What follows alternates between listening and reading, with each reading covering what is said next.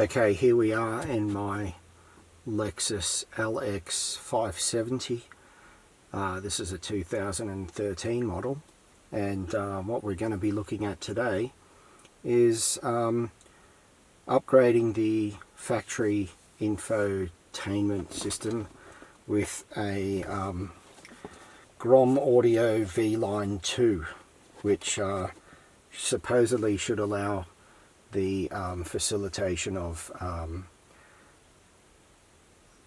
Apple CarPlay and Android Auto. So I'm going to film the installation from start to finish, and then maybe later on I'll do a bit of a video on how it works and whether the upgrade has been worth it or not. So this unit cost me around $1,000 Australian and another $200 in import duties once it arrived here. So I purchased this out of the US, and I'm very interested to see how it works in the Lexus LX, which I have found a very nice car, but a little out of date with regard to its infotainment system. So let's see how we go. I've learned how to take this head unit out based on another YouTube video, which I'm going to reference below. Thanks for those people who made that video. Okay, so now we're going to see about gaining access to the stereo. If I remember rightly, we should be able to get these pieces off just as a clip. Okay, that one was easy enough.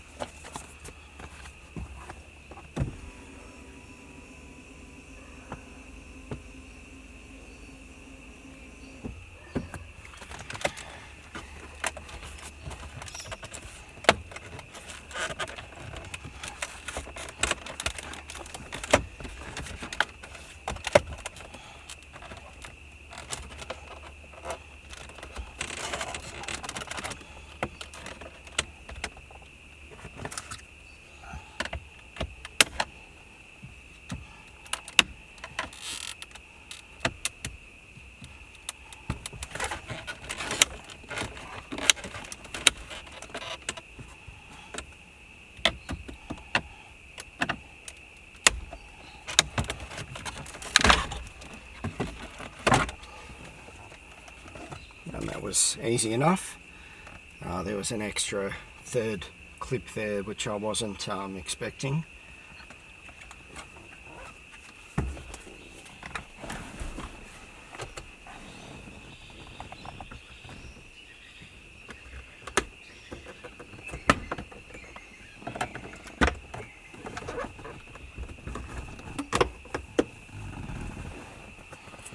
Some panels to be removed out of the side here, but I can already see some of the screws, and whoops, I believe these vents just pop out.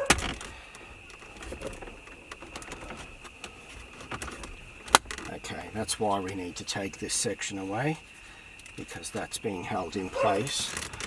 However, this one nice and easily just pops out like that.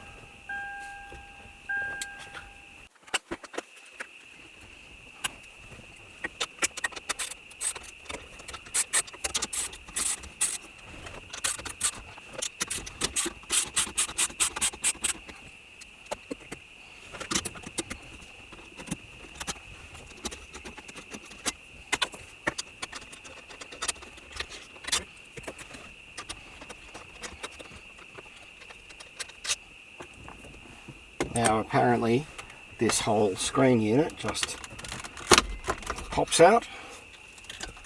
There we have it, and there are 3 plugs in the back. Okay, so now what I'm going to do is take a little look through the instructions. I believe that's as far as I need to go, but I need to read the instructions now to confirm. Okay, so while we're here, let's take a look at what's in the box. So I'm going to just rip into this. Okay, right on top there's the instructions. We've got this little box here, which I assume is the computering power.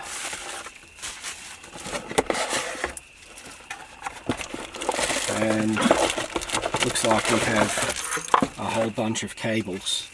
So let's go ahead and see what we can do with this thing, shall we?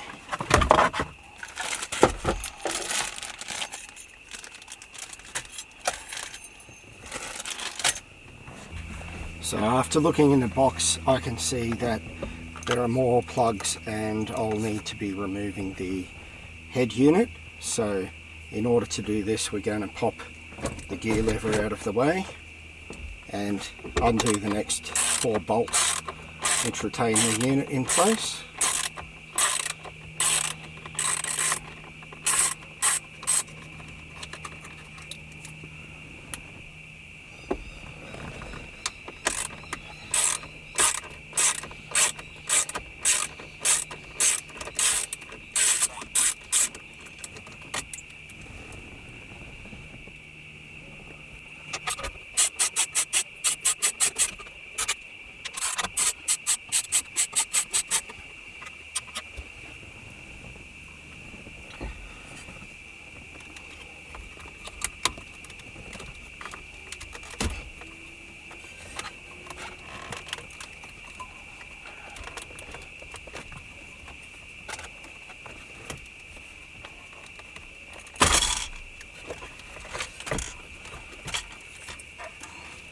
And here we have quite a lot of additional cables. So what I'll do is I'll leave that sitting just there, and we'll have a little look at the instructions and come back and start connecting it up.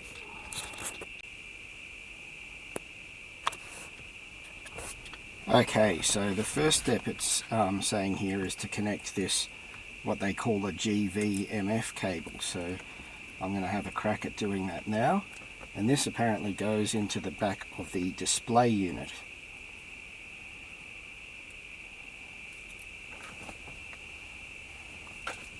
So there's only one way this can go. Okay.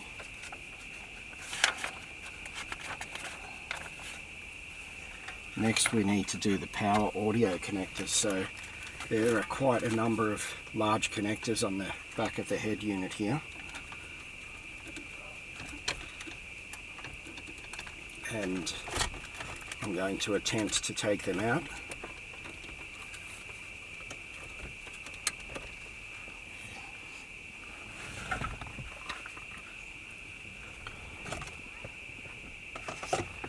There's a screwdriver here somewhere.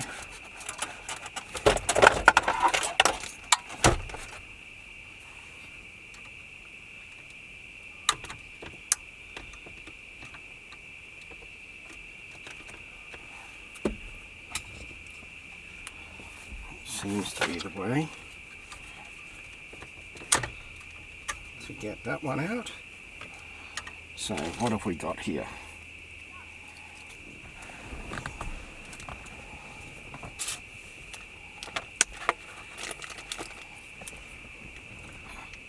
It's quite a fat bunch of cables we've got here.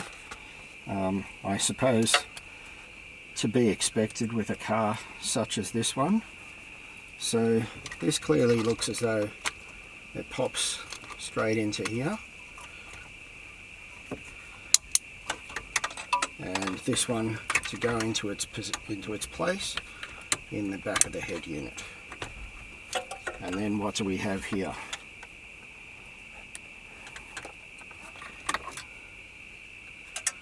then I would say this guy will interface here.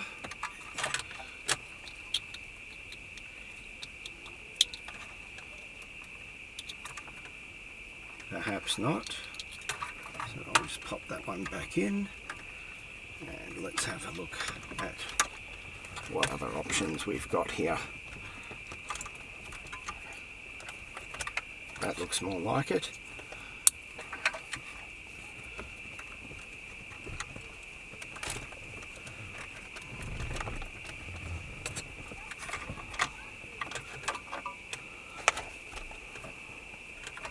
So this, I think, is going to go into the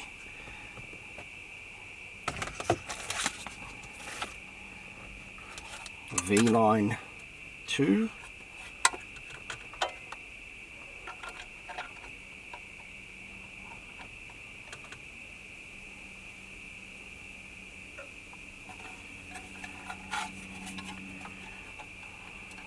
Okay, that seems to be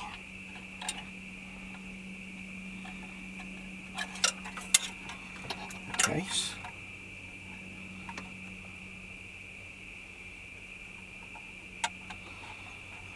Alright, then there's the little microphone one over here, and next I'm looking at the HDMI cable.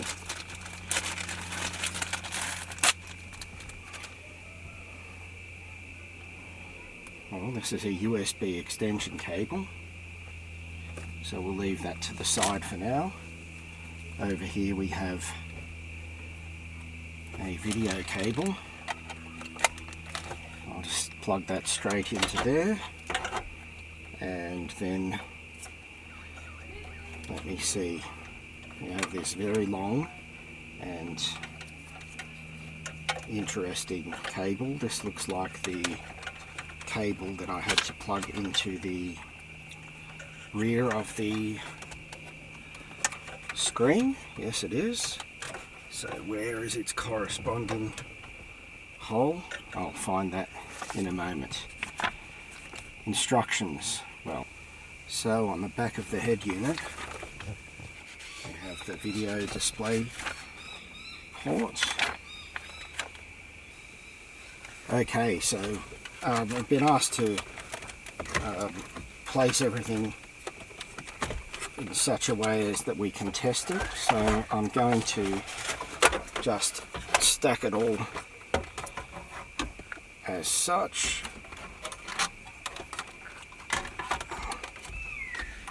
We'll position everything temporarily, and we're going to power on the unit. Okay, I have left out the cable that was connected into the back of here, and that needs to connect with this cable up here. It's this one that goes to there, and then I've got two more cables to connect up here.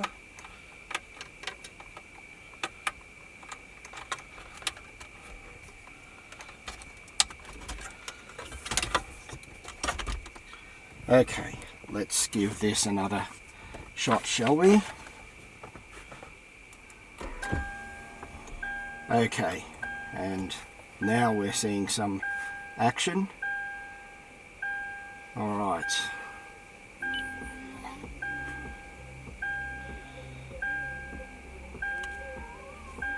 Now it's asking me to press the AUX button, which I have no idea where it is, so I'm going to take a look around. You can laugh at me if you want. There's an AUX connector in the dashboard, so perhaps AUX. Okay, let's see. Aha, we have something. Agree. Alright, so looks like the unit is powered up, and obviously what's left to do is put the whole thing back together. It's getting late now and it's still very hot, so I'm going to call it quits for tonight, and we'll come back tomorrow and mount up everything properly and see how this thing works. Okay, so as you can see, we've already connected everything up and tested its basic functionality, so really what's left to do is actually to put it all back together in a nice and tidy manner. Still need to attach a GPS antenna somewhere, and then we can look at actually how the system integrates once it's fully back in the car. And let's go through and put everything away and pack it up nice and neatly, ready for use.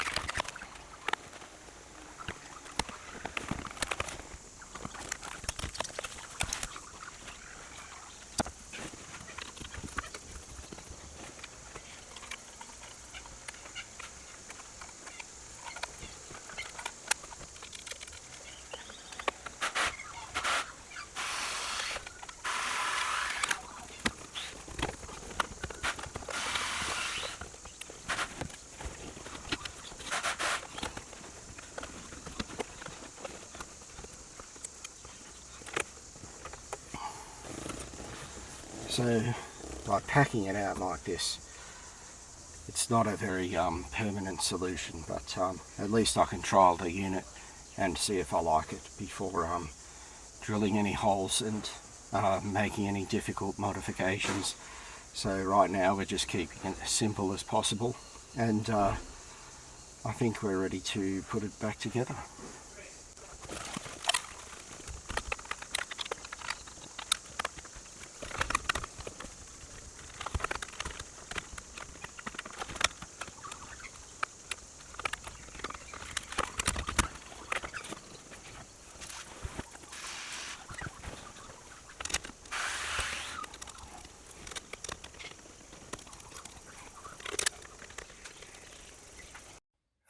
Unfortunately, we lost the last few minutes of footage there where I was popping in the air vents and the panels. before finishing up. This is not a great loss. As you can see, we've finished the installation, and what I'm going to do now is just give a brief overview of how it looks, and then we'll wait a few months and I'll live with it and drive around and see how I like this this V-Line. I might do another update video a bit later on. So here we are in the car, and I'm just going to turn everything on and show you what the V-Line looks like.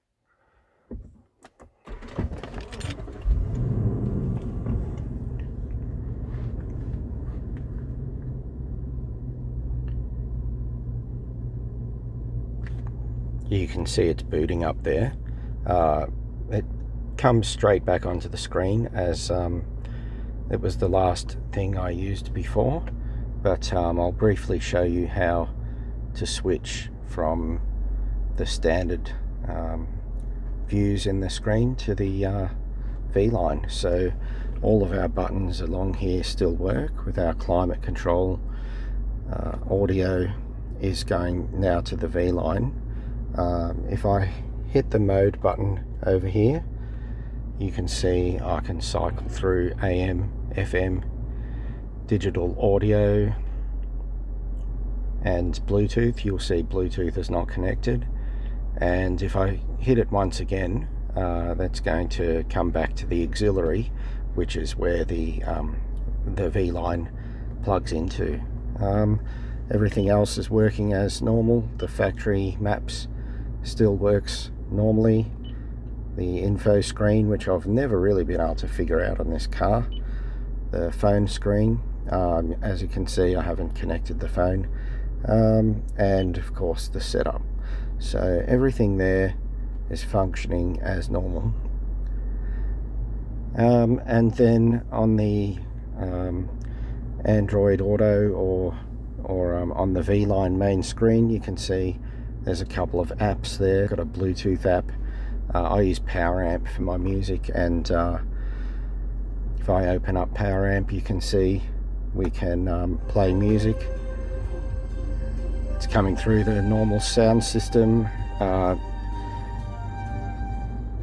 Lexus here has a very, very nice sound system with speakers everywhere, and there's no disappointment with the music playing here. Through the V-Line, it sounds just as good as it does through the CD player or the radio or any of the other standard modes on the car. Can just hit that to go back. There's a YouTube app, and I've got a Maps app there which works perfectly well. I've yet to go and navigate somewhere using it. And there's a voice command which I don't think I'll use, but it's an option there. You hit that and it asks you to talk to the thing, and it listens to you and decides where you want to go based on what you've said.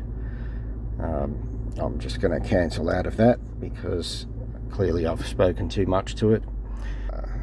I think that's about all for now.